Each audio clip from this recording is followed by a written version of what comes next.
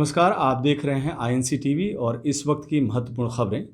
एक सख्त टिप्पणी में इलाहाबाद उच्च न्यायालय ने अस्पतालों को ऑक्सीजन की आपूर्ति न होने से कोविड-19 मरीजों की मौत को आपराधिक कृत्य करार देते हुए कहा है कि यह उन अधिकारियों द्वारा नरसंहार से कम नहीं है जिन्हें इसकी आपूर्ति की जिम्मेदारी सौंपी गई थी।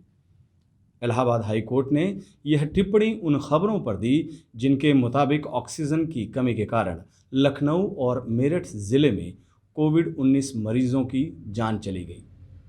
अदालत ने लखनऊ और मेरठ के जिलाधिकारियों को निर्देश दिया है कि वे इनकी 48 घंटों के भीतर तथ्यात्मक जांच करें। अदालत ने यह भी कहा है कि जब विज्ञान इतनी उन्नति कर गया है कि इन दिनों हृदय प्रतिरोपण और मस्तिष्क की सर्जरी की जा रही है, ऐसे में हम अपने लोगों को इस तरह से कैसे मरते हुए देख सकते हैं।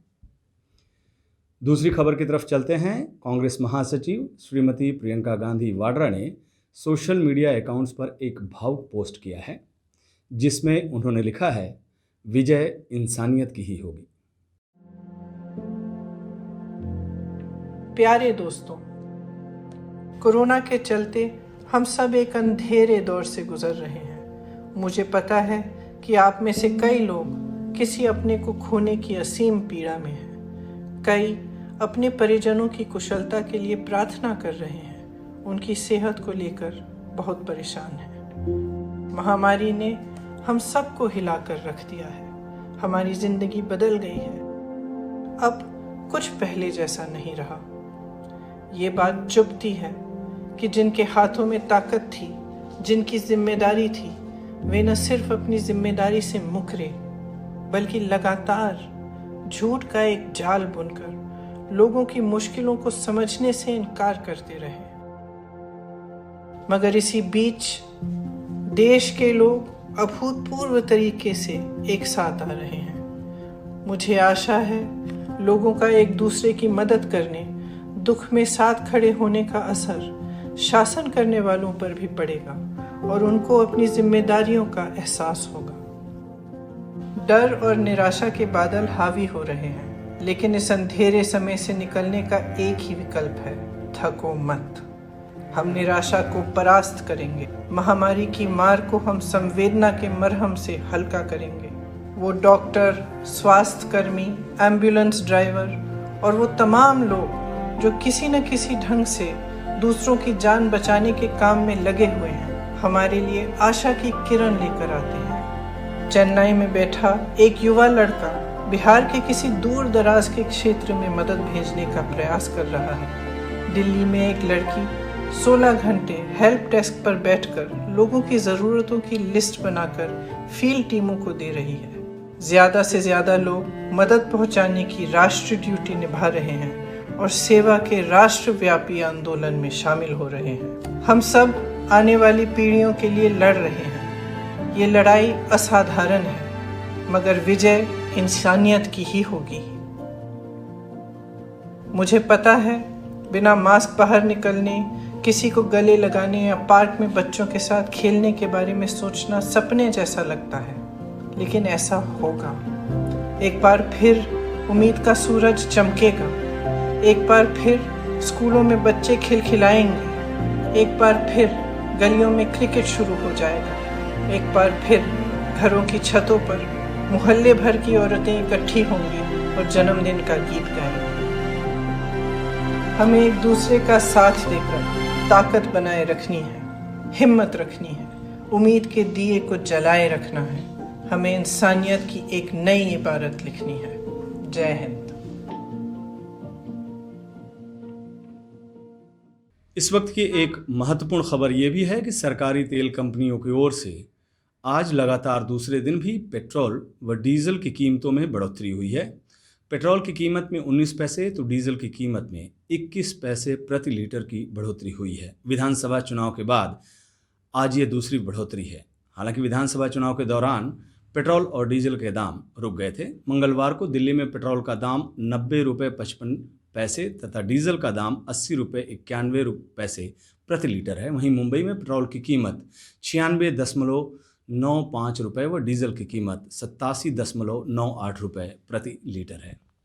कोरोना की वजह से अब गांव भी धीरे धीरे प्रभावित हो रहे हैं। आज की यह खबर यह है कि अमेठी ज़िले के हारीमऊ और सिंधियावा गांव में पिछले करीब 15 दिनों के भीतर लगभग 30 लोगों की मौत होने से आसपास के ज़िले और क्षेत्र के लोगों में दहशत का माहौल है। मरने वाले सभी लोगों में सर्दी, खांसी, जुकाम व बुखार के साथ ही सांस लेने जैसी दिक्कतें थीं।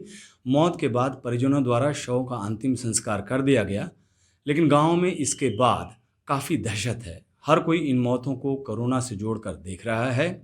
हालांकि प्रशासन ने भी इस पर कार्रवाई शुरू कर दी है, जांच शुरू कर दी है कि लोगों की मृत्यु का असली कारण क्या है। लेकिन गांव में 15 दिनों में 30 मौतों की वजह से दहशत का माहौल है। देश में कोरोना की दूसरी लहर थमने का नाम नहीं ले रही है। 3 दिन लगातार मामलों में गिरावट दर्ज करने के बाद मंगलवार को फिर से नए संक्रमित के आंकड़ों में बढ़ोतरी देखी गई है। देश में पिछले 24 घंटों में 3,82,847 नए लोगों में कोरोना की पुष्टि हुई है। यह आंकड़ा दुनिया में सबसे ज़्यादा संक्रमित देश अमेरिका के नए कोरोना मरीज से 9 गुना ज़्यादा है और यह काफ़ी चिंता का विषय है। अब सबके जहन में ये सवाल है कि देश में लॉकडाउन लगेगा या नहीं, क्योंकि कोरोना के मामले लगातार बढ़ते जा रहे हैं।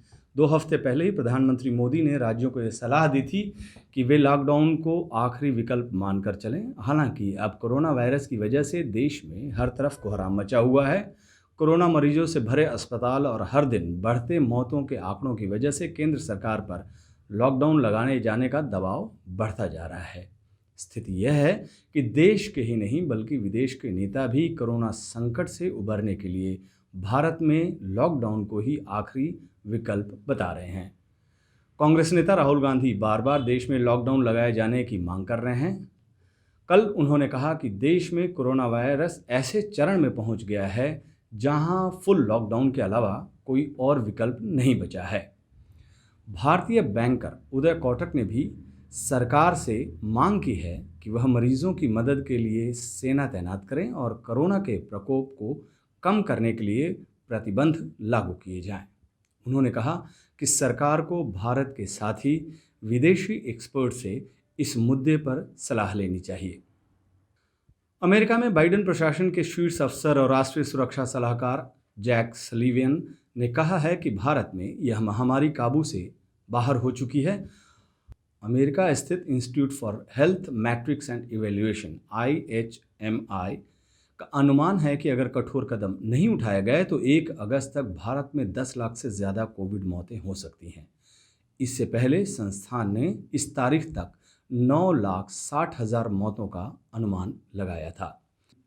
IHME ने कहा है कि हेल्थ सिस्टम को मजबूत करने के लिए कठोर कदम उठाए बिना सोशल डिस्टेंसिंग का पालन और फेस मास्क के प्रभावी इस्तेमाल के बिना भारत की स्थिति काफ़ी खराब दिखती है।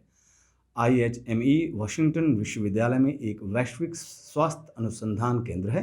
कोविड-19 पर इसके अनुमानों को व्यापक रूप में मजबूत मॉडल के आधार पर स्वीकार किया गया है।